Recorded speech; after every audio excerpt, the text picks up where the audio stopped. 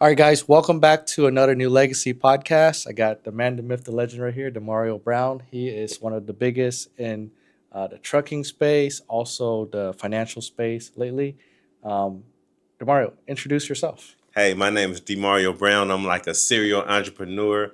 I'm a jack of all trades and I mastered them all. So definitely, I started entrepreneurship at an early age. Growing up in East Oakland, it was about hustling, but hustling is another thing of being an entrepreneur because any man who can sell a product without advertisement is really the best person you can go to because you can't market it and you still be successful. So I decided to get into like different industries like trucking and a cleaning service. And right now I'm an insurance producer as well, financial management and helping people strategize and create blueprints for them to be able to get to another level. And when I do it like that, it's basically like, let me help you help yourself, but you got to give me some information so we can build you a blueprint. Once we build your blueprint, we'll figure out what is designed for you, and it's up to you to capitalize on that.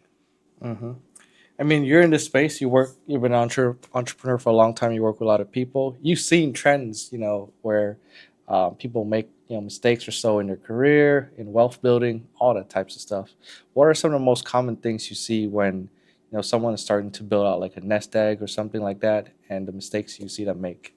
Oh, that's a good one. And the thing is, a lot of trends I've seen is a lot of people trying to scale too fast and a lot of people trying to just grow and they're not able to dial in a niche. So reason why is they think because they make, just say you make 20, 40,000 a month and you think it's going to keep growing, but you get comfortable and you start scaling backwards because you're spending the money as fast as it goes in. hmm So you got to know how to strategize and manage your money correctly. If not, you'll be in trouble.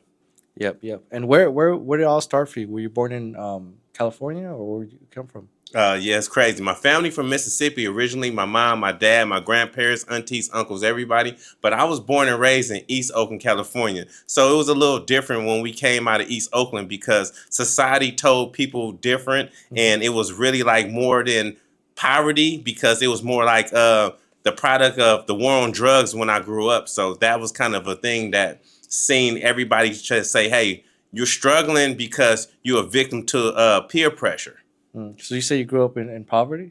Yes. I mean, it's below middle class area because everybody around you hmm kind of like was following the addiction of the war on drugs. hmm So I mean, it was kind of hard. I mean, we stayed in a home. It was a good neighborhood. Don't get me wrong. But as soon as you go around the corner, it was Section 8 apartments. You hmm know what I mean? And they ran all down the street. So what they did was they built all these nice family homes, but they surround them by low income apartments, and they kind of turned it to the projects. Wow.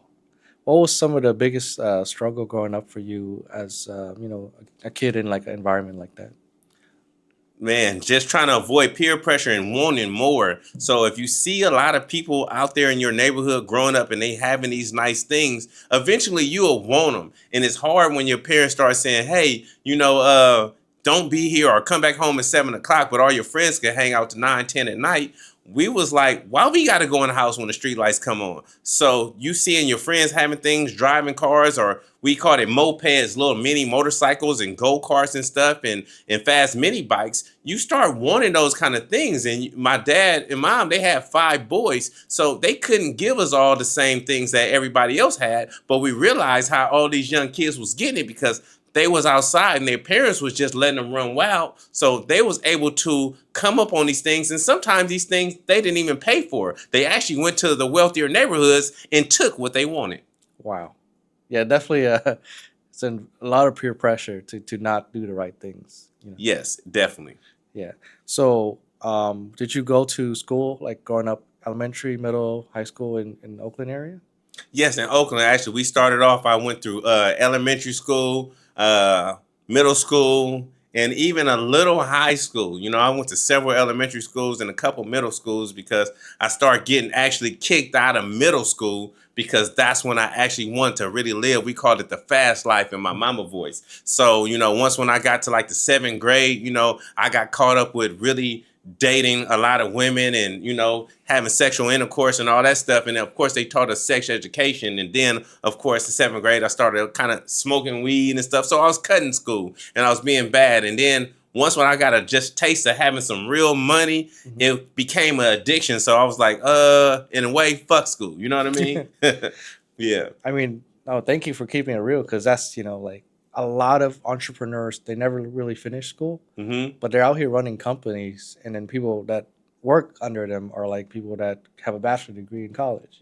Yeah. It's definitely like you would not expect, the textbook play to be like that. Nah, you wouldn't do it, but you know, I was very fortunate because my parents ended up having to move out of East Oakland because my brothers and I started getting into a lot of things that kind of put their safety and their life in danger. So we was forced to go to school in another area, and that was the only reason why I think I was able to actually finish school, because everybody around us, they didn't finish. But I ended up going to this high school in Richmond, California called 𝗗𝗘𝗠𝗥𝗢𝗪 High School. And, you know, it was like a whole new world going there, being from East Oakland. And you going to a school in Richmond where, you know, everybody's like, dang, they was kind of like not hip to what we was hip to. So I'm driving cars and we having pagers and cell phones and stuff like that. But, you know, because I was doing the things I was doing, they actually kicked me out of that school and they sent me to another continuation school called North Campus High School. And that's where I was able to get my high school diploma there. But the reason why I was able to finish, even though I was always very smart in school, because continuation school started at 8:30 and it was over at 11:30. So it still didn't take a lot of my day. So I wanted to be kind of like 12 o'clock. I need to get back to these streets because it was so much money in the streets. And again, I was addicted to the fast life growing up in East Oakland. So that's what kept me. I was motivated to get out of school to go get some fast money. Well, what's your advice on, like a lot of kids that are maybe at your age in this current moment, like on your journey, that are young and getting like exposure to that fast money for the first time? I actually tell them if they can do whatever they can to avoid it, skip it. And if they find out that college isn't for them, I will try to tell them, listen, focus on your vision and find a trade. Find the skill. I don't care if you got to go do HVAC, and, you know, you go do some electrician work, you become a plumber, you become a carpenter, whatever you do, but find the skill. Or even tap in with me, because I actually looking for some young 18, 19, 20-year-old kids who want to get into sales. If you want to get to sales and you're actually a young kid and you're very self-driven, I would love to have even a young kid, 18, 19, 20, 21 years old, for sure, to come and join me and join the sales team, because we able to help those young kids. Because, you know, we're not trying to say we setting them up for failure, but when you're young, you can do what really counts. And if it doesn't work for you, you still have time if it permits itself. Right. You have the opportunity to, it's not pressure crunch time till you're like 30, 40 or something like that, right? Right. So the younger you are, you able to make more mistakes and get right and correct yourself. But once when you get older, of course, in my age, you got to be real strategic about the movements you make, because if not, one false move will be your wrong move. Wow. Damn. And especially, I don't know about college nowadays, but like, I don't think a lot of jobs, with college degrees going to be around, because the AI is coming. Oh, it's crazy that you say that. AI is actually here. And I don't tell everybody this, but I'm actually still a software engineer. And I got into the AI community. And I also do like software engineer work on autonomous cars, but AI has taken over society. So if you're not going like to be like the lawyer, the doctor, a psychiatrist, or whatever you're trying to do, I wouldn't even recommend it, because the networking is cool, but you can skip college and start making 120K your first year without college if you get one of those trades or you become an insurance producer. Yeah, because like, did you finish college for software engineer, or you finished high school, but where did you go after that? It's crazy, because I had my first kid at 17, so I actually skipped college, and I became an entrepreneur at 17. Well, I was already a illegal entrepreneur because I was doing the street life, but I actually became a legitimate entrepreneur at 17. And my cousin and I, we started First Choice Carpet Cleaning and Upholstery Services. And then growing out of that, when we stopped becoming that, I actually turned it to First Choice Cleaning Services by myself. But that was fresh out of high school, because I always had that entrepreneur spirit. I mean, you're very adaptive. Like, that's, I mean, I'm sure there's multiple business after that, but it's just like the environment in entrepreneurship. You always have to like change with the demand.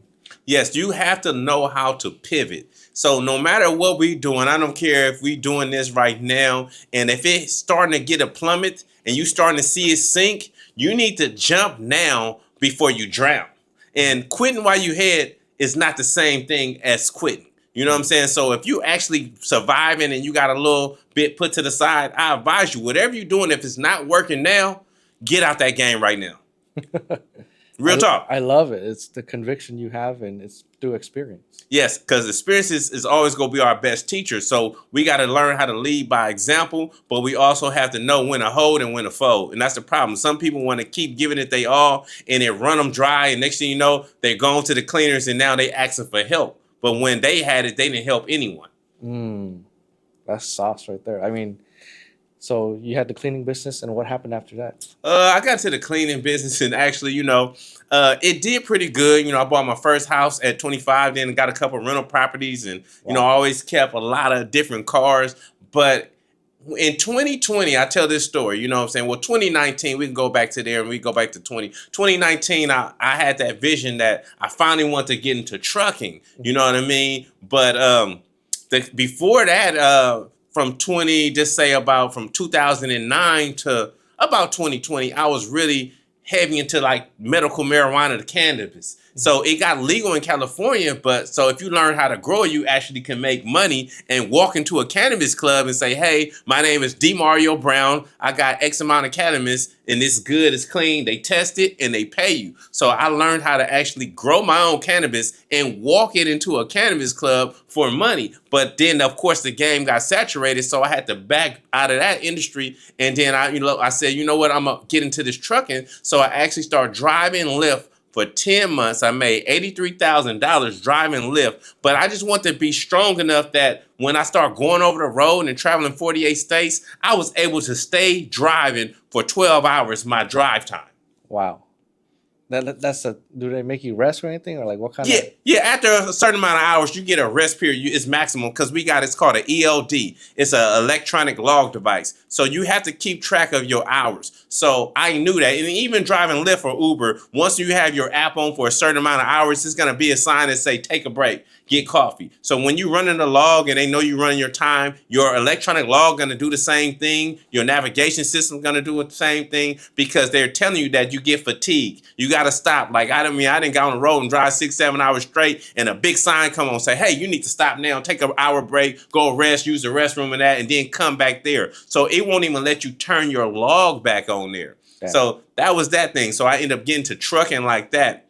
And, it was pretty good. 5-year good run, but you got to know when to hold, when to fold. Once when it became bad, I said, you know what? It's time to pivot. And that's why we're here today. What? And what do you do now?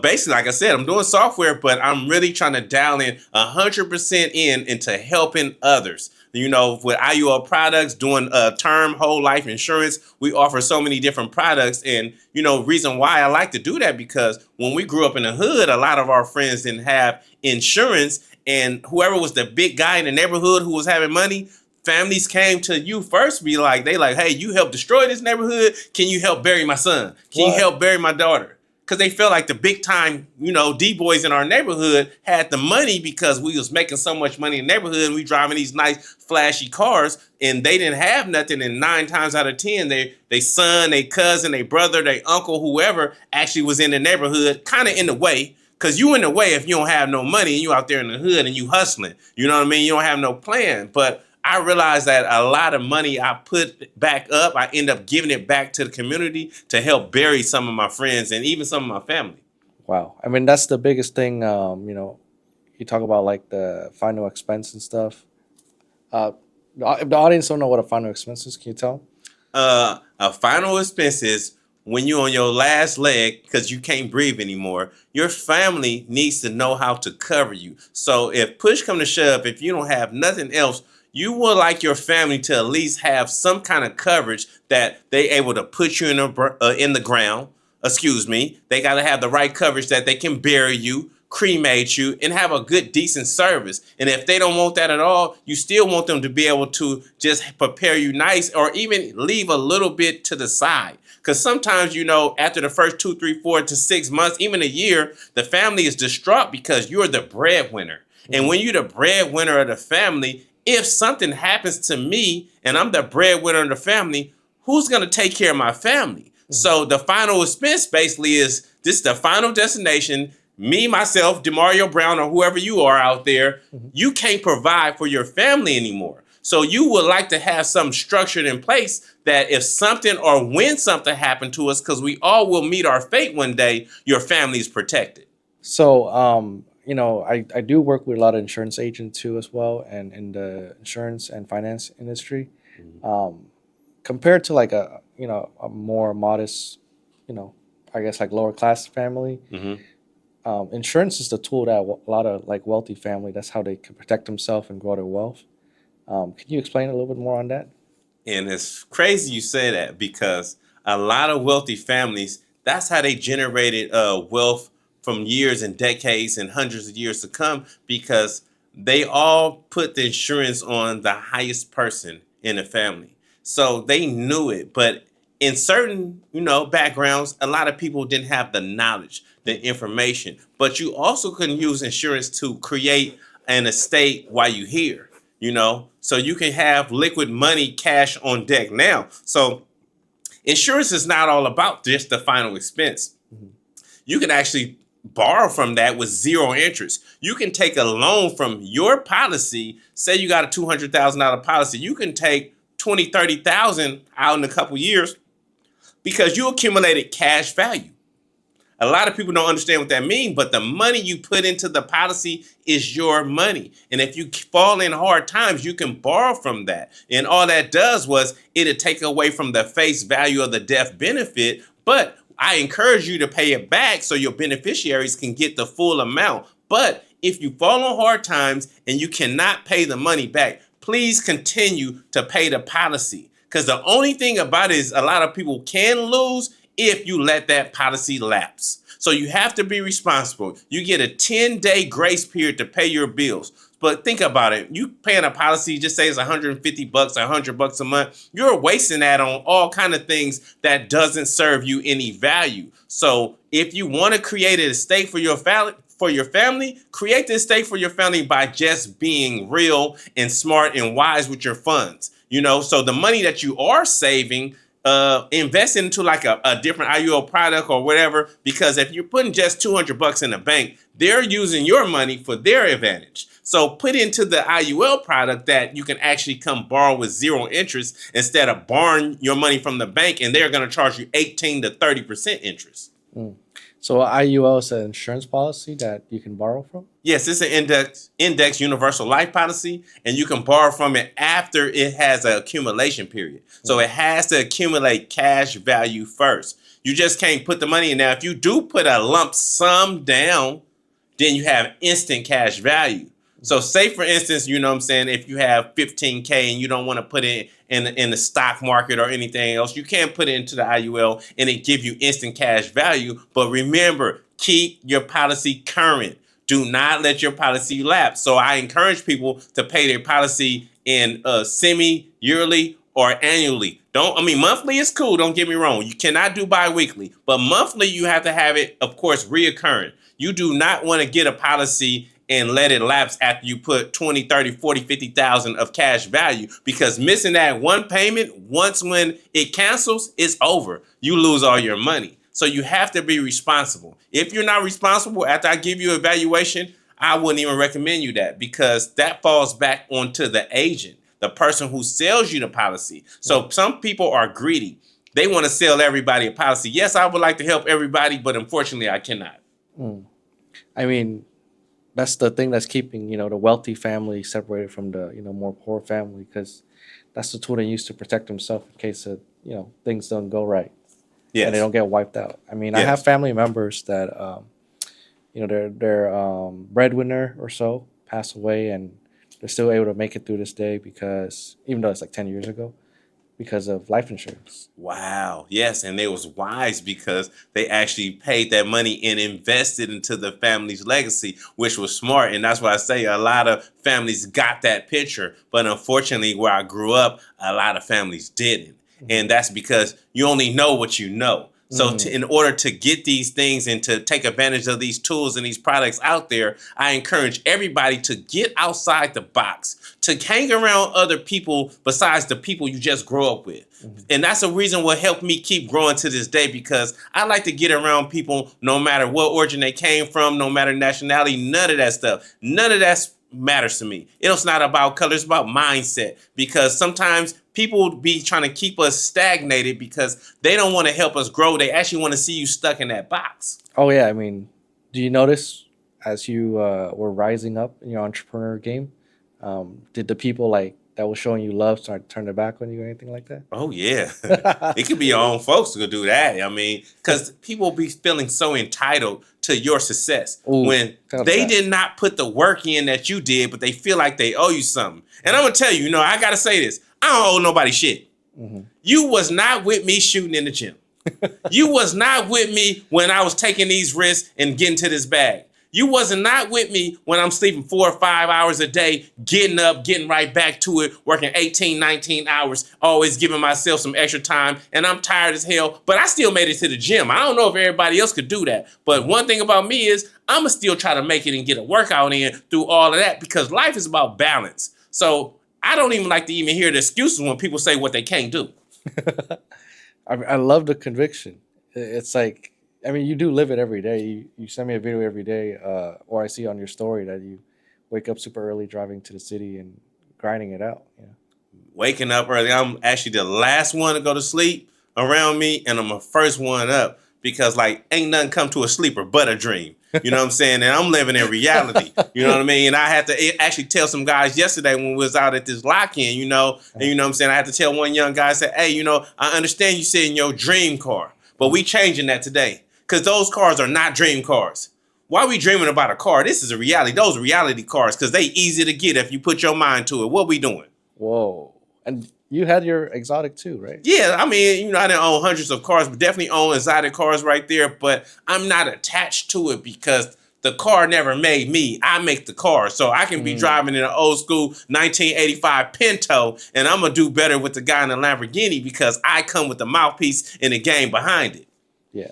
No, I mean, your Bentley was sick. I think you showed it. Oh, yeah, that was a great one. I did that, and I kept that for a few years, and I actually won on that particular car because I bought it brand new in COVID time, and when I got that car, I got it for under the market price because all of the car dealers in COVID time, they were scared. All of the cars was sitting there. So they was cutting and slashing those prices left and right. And good thing that I had my bag together because I saw what I wanted. And I went out there with a duffel bag full of money and a credit card. And I said, hey, I want that car. And they gave it to me. Wow. No co-signing. I mean, I get it all on my own. So I don't have to get somebody else because and that's another thing. Keep your credit right. Because once you got your credit right, you all good. Your name is worth more than cash. Yeah, talk about the, like, especially with what's going on right now, and talk about the credit game. Oh, the credit crunch, everything that's going on right now. I mean, right now, credit is even harder for a lot of people to maintain because we live in a society that everything's inflated from food. It costs more to actually cook your food than go get fast food now. Why? And I mean, especially if you're getting healthy food. If you eating I like a lot of veggies and stuff, the veggies cost more than hamburgers. Oh, that's crazy. It's wild out there. So if you want to keep your thing together, keep that credit good and keep your debt ratio below 33%. Now, I know everybody say, oh, I can get it because I got the credit card. But yes, they're going to want you to spend the money. But what happens is you fall victim to society when you can't pay back in time. And now you're getting interest. So that's $60 worth of gas. You're really paying double. You're paying $120 when you finally pay it off your credit card because you got so much interest. You got $60 worth of gas 5 times in a month. That's $300. You bought groceries with it so much, but you're only paying back $150, $200 a month. Wow. So you're paying so much interest on what you're buying, so you're actually paying double for what you purchase in the long run. So try to keep your debt ratio down. My thing is I don't buy anything that I can't pay for. Wow. Okay. So I mean, credit, that's a good topic and you hit it really well. What about relationships? I've Oh. seen a lot of video on your page about relationship. I want to know how to, stand out and win long term because I see a lot of people, they built their wealth, built their family, and sometimes like the divorces wiped them out. Man, over 75% of divorces filed by the woman because nowadays a lot of women lead with emotions. Mm. So she can wake up one day and decide this not working for me, and she will decide to leave. And while she leaving, she's taking half or more, and your kids, if you got kids and everything, you probably work more for her. So you have to be very careful of the partner that you choose. You know what I'm saying? So I mean, it's a lot of more situationships that people are in. I call it free to go shit. Excuse me, because if you wake up in the morning and you decide not to be with me, you free to go. Shit. Which is not a relationship. Yeah. You keep it real. I mean, social media had destroyed it, and everybody want to live in this delusional lifestyle, thinking that I want something that my friend have.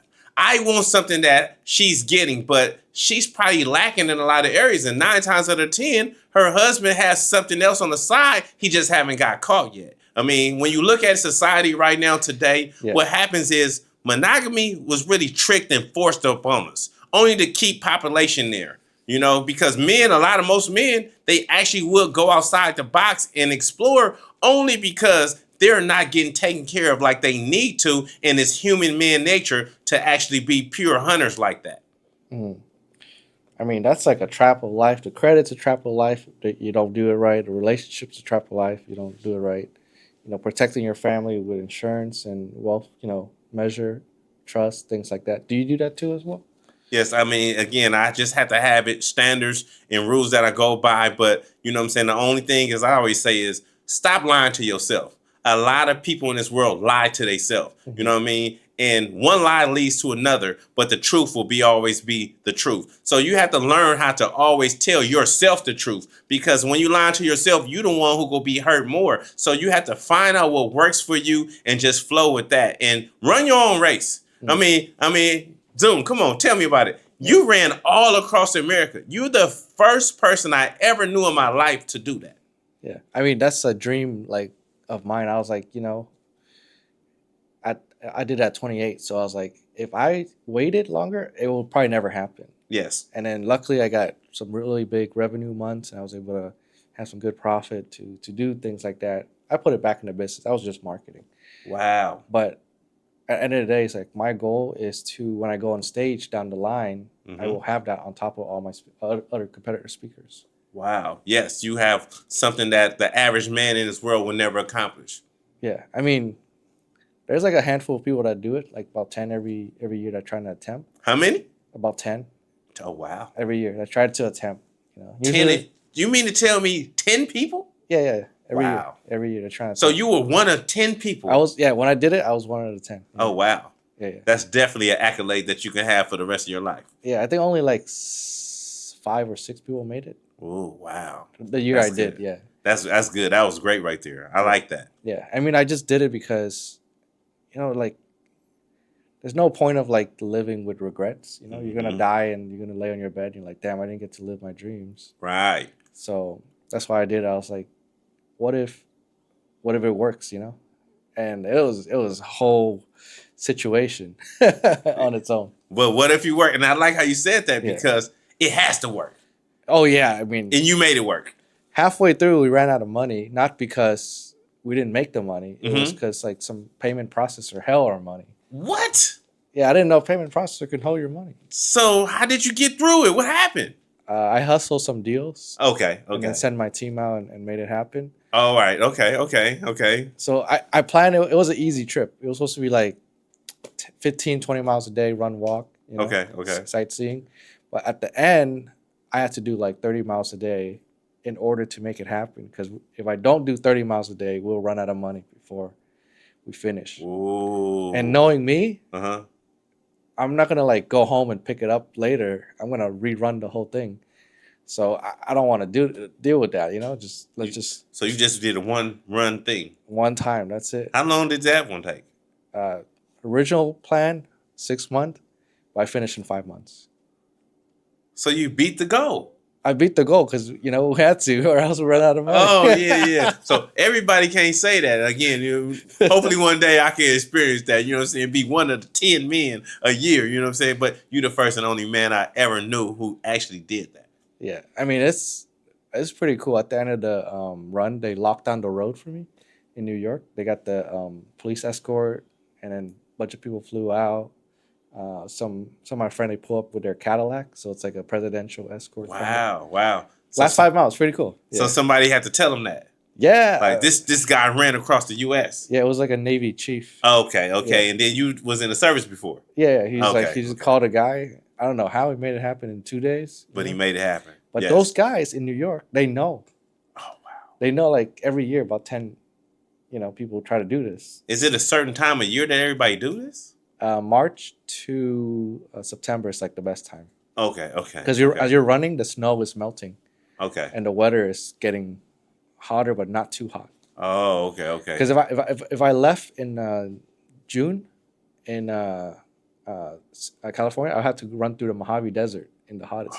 So March is good. So like by the time you hit there, it's not as hot. It's not hot. Yeah, it's still cold. We're running. It's good. Oh, smart. But you did your homework for that. Yeah.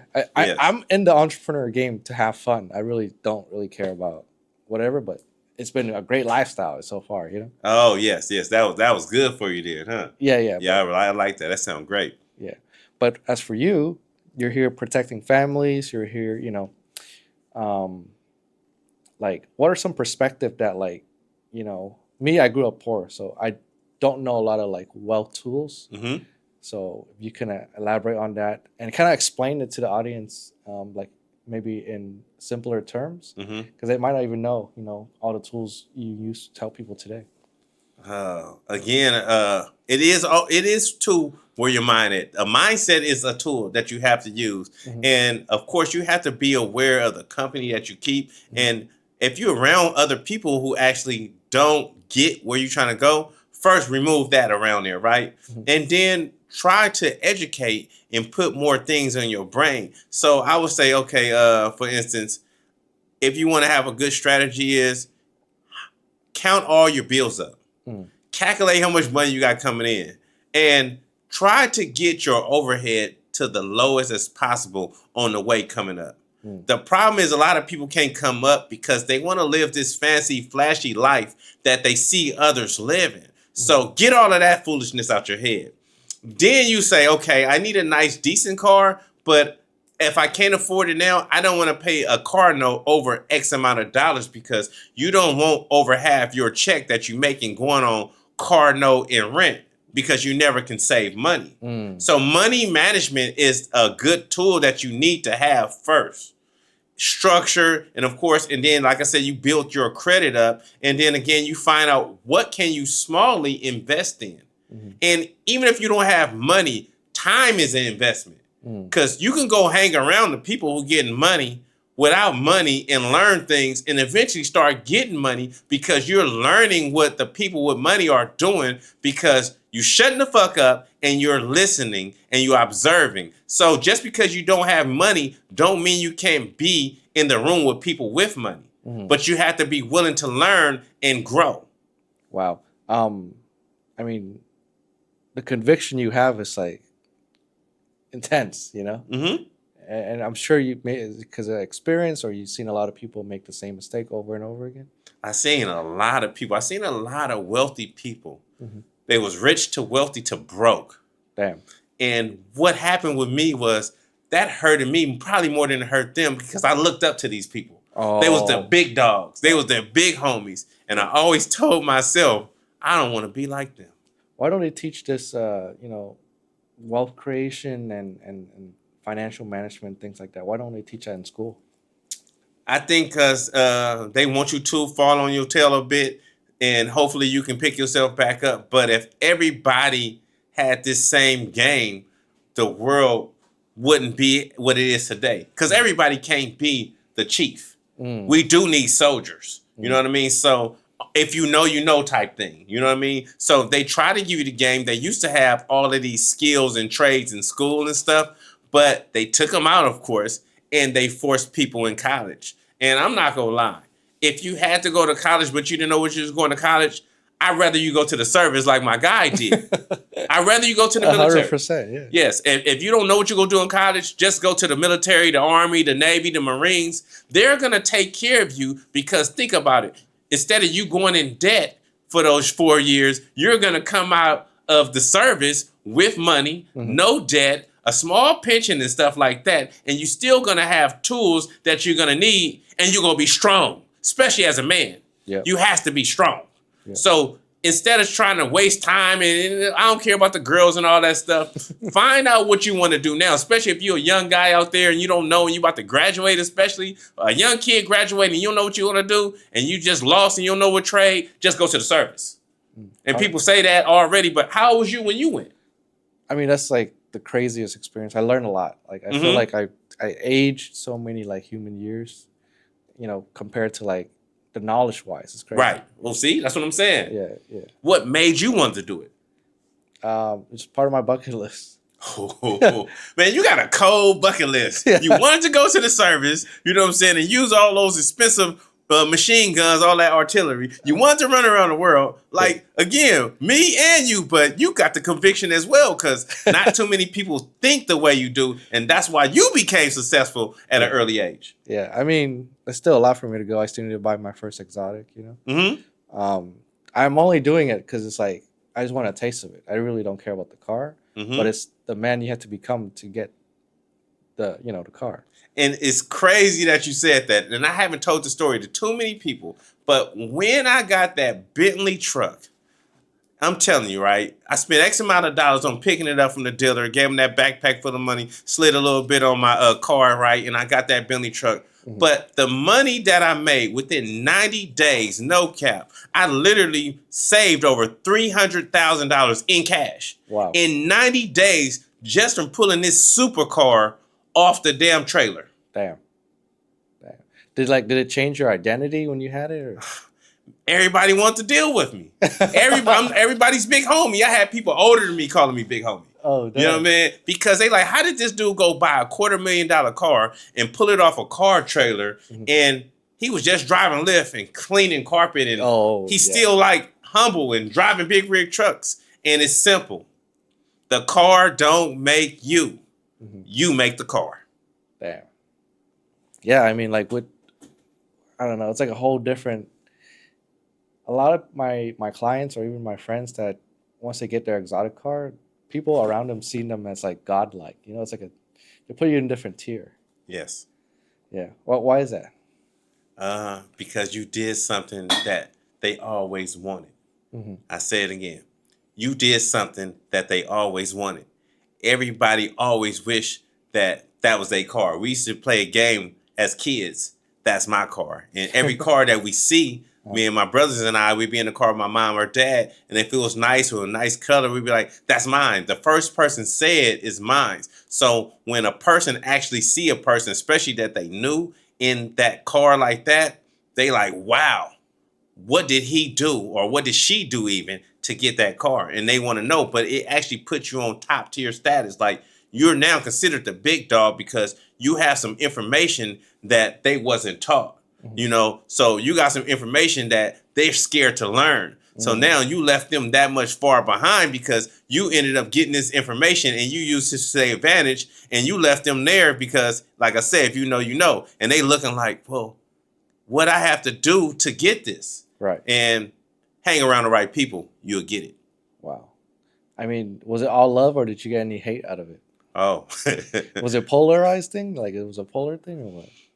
It was so much hate that, you know, the people you grew up with, they showed it in your face. Damn. I actually got shot one night in this expensive 120,000 7 Series Beamer because here I go growing up in the hood, and I bring this 120,000 brand new BMW to the hood. Wow. And they did not like that.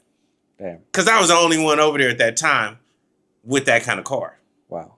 And it could have cost me my life. Damn, I didn't even know that. That's... Yeah, it was sick, but it didn't stop me from reaching to the next higher altitudes. I just say, you know what? I have to surround myself around people who actually understands and respects it. That's why a lot of people do cars and coffee, because there's so many people in that environment already, and they understand what those nice supercars is, and there's nobody hating. But Right, nine right. times out of 10, it's the people who you don't know. Damn. It's the people who you didn't grow up with, so they can respect what you have good. But the people who you grew up with, it's really like they're your biggest haters. That is so true. I mean, I'm experiencing some of that right now. And the more we grow, the more they're gonna hate. But if you don't have a hater by 12 o'clock p.m., you not going hard enough. Come on, man. Damn, that's crazy. I mean, you're speaking facts. That's what it is. The conviction you have is unmatched right now. All right, so let's talk about just some frameworks in the wheel of life where we're trying to help the audience or whoever entrepreneur or even the younger version of ourselves starting out. Yes. I'll hit the fate, mindset, family, fitness, finance. How important is it for fitness to be in someone's life if they want to succeed? Fitness is the most important for success, because you can have all the wealth in the world, but if you don't have your health, it's pointless. So health equals the wealth. So it's so important to stay physically active and stuff like that, and don't let yourself go downhill, and have self-discipline, especially what we put in our body. Yeah. I mean, a lot of people can't control what they put in their mouth, Yes, I mean, it's a lot of foodies out here, don't get me wrong, and I tell people that at my age, you know what I'm saying, I eat to live. I don't live to eat. For a man, like, would you say, like, is there any, like, fitness standard you have to have in order to, be considered a man compared to, like, someone that's not taking so serious like a boy, Oh, I said it. It's crazy that you said that. And I don't know. You actually said it. And I heard a question like this. And it's going real viral. And I'm just going to stand on it. Every man needs to be able to hit 225. I don't care. If you're a healthy man, I don't care if you're 58, 68. You need to be hitting 225. And you most definitely need to be able to rep your body weight at least 5 times. Wow. I mean, yeah, I mean, at that point, you're fit for the military. Yes, because if not, I mean, all it takes is somebody stronger than you. They gonna run all over you. So I done seen people 320 pounds get whooped by dudes that's 185. Wow. Because they was big and weak and soft. So that's when it comes with the discipline of health and nutrition and staying active. You know what I mean? I try to go to the gym minimum of 4 times a week, but most of the time 5. But if I skip the gym, I cannot go to sleep without doing 200 push-ups. Damn.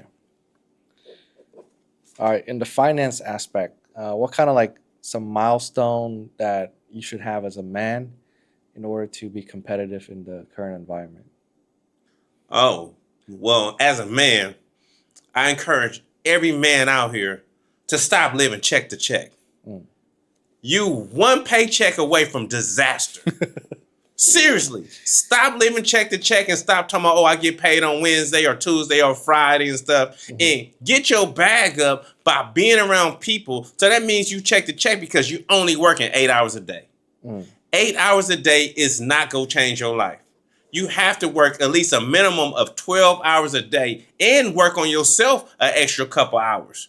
Everybody say, I got to sleep 8 hours, I got to sleep 9 hours, and that's fine. But it's 24 hours in a day. So now it comes to structure and time management. If you know how to manage your time, it's very important to get ahead so you're not just living for that next paycheck, because when something happened, we're not going to say if. When something happened, if you don't have a reserve funding, you're in trouble. And how you're going to go back to your family as a man, as being this protector and provider that everybody claiming that they want and you're going to be, and you can't protect nor provide because you broke. Damn. Because you're not going hard enough. It's too much resources and opportunities out here for you just to only be waiting for that one check every week or 2 weeks or even once a month. You can do something else. Now, there's nothing wrong with having a job, but finding some additional income and learning additional skill or trade is priceless. And you won't regret learning this information, because everybody don't have a 401k. Everybody don't have a pension. So what do you think, like, how much net worth or liquid cash a man should have by his 40? That's a simple question. I mean, and it's crazy, and everybody that might get a little feedback from this, but every man, by the time you hit 40, you need a minimum of 100K saved. 100K, because as a kid, 100K was a goal. Now it's, it's a million or two or plus. But 100K is a good liquid reserve in case or when something happens. So by the time you're 40 years old, you should be able to at least pull 100 bands out the cuts. If you can't pull 100K out there, what have you been doing all this time? Like, I put 100 or two up and I forget about it. I'm gonna start off broke again. That's how I do it. Every 100 I get, I don't got it no more. Or if I pull it out, I'm investing it in something. Because there's nothing wrong with having the bread. But again, you want to have a little reserve, even if you kind of invest it all. Like I say, I'm gonna bet on myself, but you still want that liquid 100K, 50, 75, something that you can survive for 6 months. So calculate your overhead, and we can make it even simpler. Whatever you have to spend on your bills and they cost you to survive, you need to be able to survive for 6 months to a year at any given time. Because what if you lose your job today? You need your own resources. And sometimes you can't get unemployment. You know what I mean? Sometimes you working self-employed. Self-employed people don't have it. And then that's when it goes back to me selling you an IUL. Yeah. See, when I sell you that IUL, you can actually pull that money out. So if you don't have that bread saved, you better have your IUL. Ooh. What about so 100K cash is actually the first I heard. A lot of people say 50, but they're not at your level. Yes. They're not at everyone's level is different. Everybody's level is different. Everyone's level is different. What do you think like the net worth should be? Net worth overall. At 40? Yeah, 40. Because 40 is the new 30 now. Yeah, I know. I mean, if you doing it right and you starting from a young kid at 18, it's no way you're not a millionaire. Because right now, even we did this event yesterday, and it's young 19-year-old kids who doing 30, 40, 50K a month right now. Damn. And they 19. They pulling up in Uruses and Aston Martins and Porsche trucks and all that stuff. And they're not even 25. So right now is the easiest time to become a millionaire than ever. So if you starting off as a young kid now in this time from 18 to 40, you need $1 million liquid or something that's worth. You got to have some assets. So even if you have like property, if you got a good business or you got something like there, because again, I always say my new ebook gonna drop. $1 million ain't enough, but it's a start. Wow. And that's how we coming, because at the same time, it just everything costs so much money. Now, if you living in a state where it's cheaper, but living in California, $1 million is really like $450. Damn. And you talk a lot about like being able to adapt to the current environment. So it's always good to be in the right business that will take you to your goals, right? Yes. How do you know if that business has a cap or not? Well, if it stopped adding up, it must be subtracting. So therefore, if you going into business and you don't see no growth and you did everything it takes the right way to structure it and scale it up, then that should be your point to say, you know what? I think it's time to start moving in a different direction. Now, if it's going good and you're seeing a lot of people in your industry and they're climbing and they're reaching all these other goals and stuff, and you're not doing it, well, you're probably not around the right people. So, I mean, I like that you mentioned that from the beginning, too. It's like you want to be in the right vehicle to get to where your goals is. Yes. Don't be afraid to change it. The environment is everything.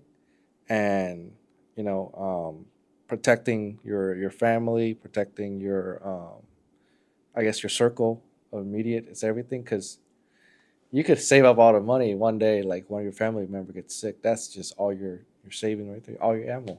Yes. I mean, it's just called, I lost a lot of family members, but good thing, most of them, like my aunties, they all had husbands, and most of their husbands kind of passed before them, you know what I mean? And they did pretty well and stuff, but I only have like really now one auntie left, like on my mom's side, because those was my aunts that I was closer to. And it's like, you have to have the right partner if that's what you're going to do. Other than that, yes, you'll be in trouble. Wow. Okay, so mindset's of entrepreneurship. So what kind of mindset did help you do some of your toughest time? You can share some of your toughest time if you want to with a lesson or so. Ooh, I mean, man, I remember having a lot of money at one time. And I was a young kid and I got into trouble. And that trouble got me incarcerated for a small period of time, probably like about a year or so, right? And I spent all this money that I worked hard. I mean, I already lost a couple $100,000 with the police taking these things right there. And what happened is I got out of jail with $138 to my name. Wow. On a Friday. Whoa. By Wednesday, I was so determined, and I said, I can't go back to jail, but I need some money. I had over $10,000 on Wednesday. Damn.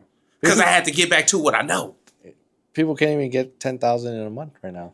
I got 10,000 in 72 hours because, I'm from $1 million spot, and I went outside. It was still motion. You know what I'm saying? And I know what I did to get in there, but I said, I'm not going back. So I had a better game plan. I said, I have to do something different because what I did to get here, it didn't work. So let me switch my game up. So I had to get back out there, and basically I said, you got to grind.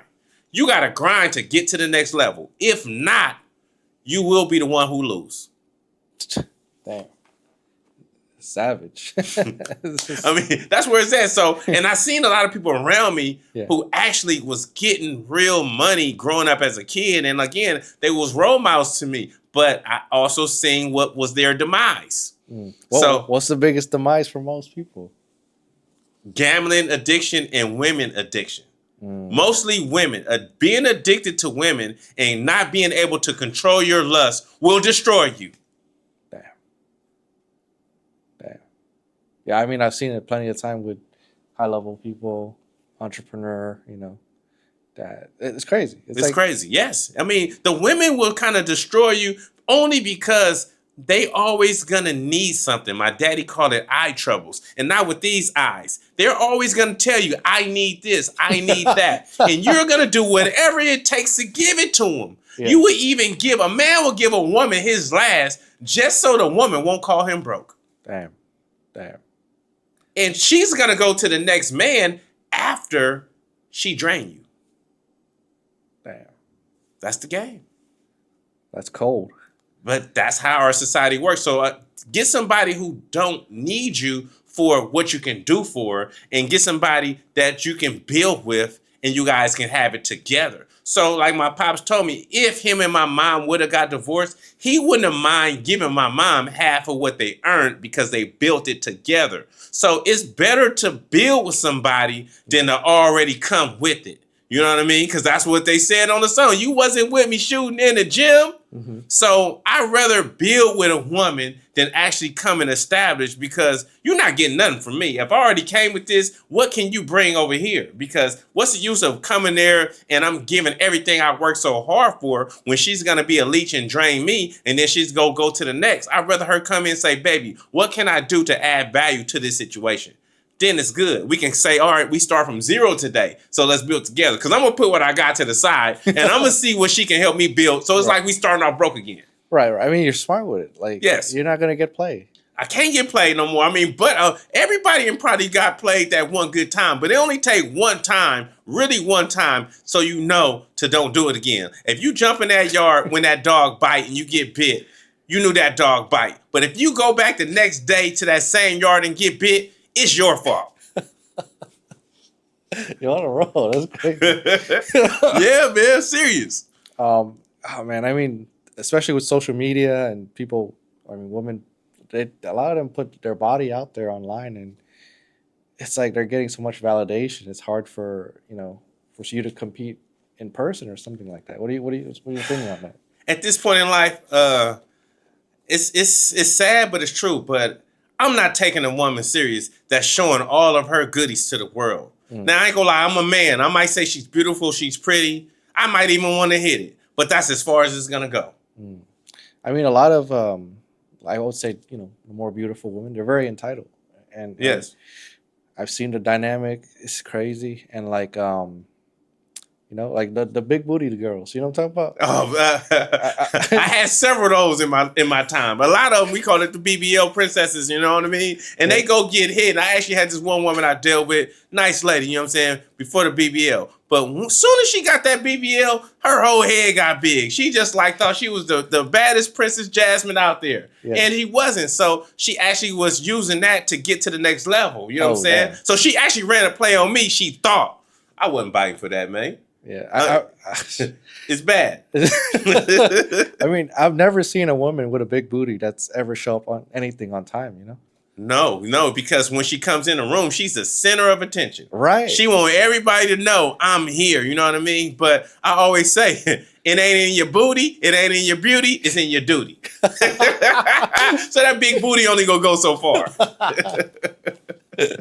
Damn, that's crazy. Yeah, for real. You got the post-nut clarity jokes on point. Oh yeah, I mean, come on, we gotta have humor with it, but at the same time, though, so they're there for fun. So even though the society teaching some of the women that they wanted, but it's crazy that we even talking about that because nowadays you got actually more women who want the natural petite looking body again. They actually taking this BBL booty back out. What? It's a trend. It's a trend, and sometimes it can actually come with an odor. What? Yeah, sometimes them BBL stink. You ain't never heard that? Man, sometimes the big booty BBL actually comes with an odor because, you know, they putting all this fat in the booty and the fat is growing and sometimes it's actually a disrespectful foul odor that comes out of it. So me personally, I want the natural woman. Damn. I don't care. You don't got to do nothing to your breast. I want to take you, baby, how God gave you. That's it. I don't want nothing. Whatever God made you, that's who I want. I'm serious. You don't got to get your breasts done, your teeth done, nothing. Just be yourself because you're authentic. And that's the person you want to grow old with a person who's original. I can't go get no enhancements. Okay, yeah, you can go do several little things, but men could do the bare minimum to their self. So we coming out as we are, but the woman could change her toes if she want to. Oh, no, they could look like a whole different person. Yeah, and it's a catfish. You know what I mean? Okay. What are some things that you have, some advice for men right now to protect themselves from maybe getting taken advantage of by certain type of women that are more, predatory? I would just encourage all the men out there right now to focus on becoming the best version of themselves. Make yourself great. Lock in on something. Get that good skill, that trade or something. And like who like you the most. You know what I'm saying? I only want the woman who's into me. Stop pursuing these women. You know what I'm saying? Because when you chasing a woman, you pursuing her. When you pursuing a woman, you chasing her. It's the same thing. Stop going all out your way for a woman who wouldn't even give you the time of day if you wasn't trying to help her. You know what I mean? So a lot of people are only going off of, like you said, those big booty girls and all that stuff, and they lose focus on their goals, and it's temporary satisfaction. If you only like big booty girls, man, I'm going to give you some good game that's going to save you the money. Just lease her. Just rent her. You know what I'm saying? That means go give her a little bit, leave it on the dresser, get straight to the point. It's actually cheaper to go find a beautiful woman and tell her what you want, give her the money and leave. Because if you start having these long-term relationships, you got to do birthdays, you got to do the holidays, you got to do, you know what I'm saying, the Christmas, you got to take her on trips. She want to go to fancy restaurants. It'll actually take you to the cleaners to actually be in a relationship with this kind of woman who's taking, and she's not bringing no value to you. Right, you got to focus on your business. Focus on making yourself great. And then, you know what I'm saying, even tap in with me. I know we're some of the most beautiful, naturalist, calmest women out there who don't care about none of that. They actually got their own, and they'll take you out. They'll go buy you a gift. What? Christmas time come, they buying you nice stuff, nice clothes, jewelry, nice everything, because they like you as a person. So start looking at the woman who's willing to invest in you instead of you investing everything in her. That's so much gem in the last 10 minutes. I mean, that's what it is, man, for real. Yeah. Okay, so before we wrapped up right here, we got pretty good on time. You mentioned that you have a financial service business, and I know a lot of people are getting laid off right now with the AI seasoning, whatever is coming in, replacement or whatever. You do sales and you're recruiting people. What do you have for them? I tell them if you not having job security to actually get into sales and become an insurance agent and a broker and a producer, only because it's safe. Everybody needs these kind of products, and it's not enough people out here to help people. So actually, we at our conference, they even told us that people are rejecting calls now because it's not enough agents to take the calls. What? It's more people needing the products than the people that's selling it. And AI can't sell it. Even these big companies need somebody to sell to the people.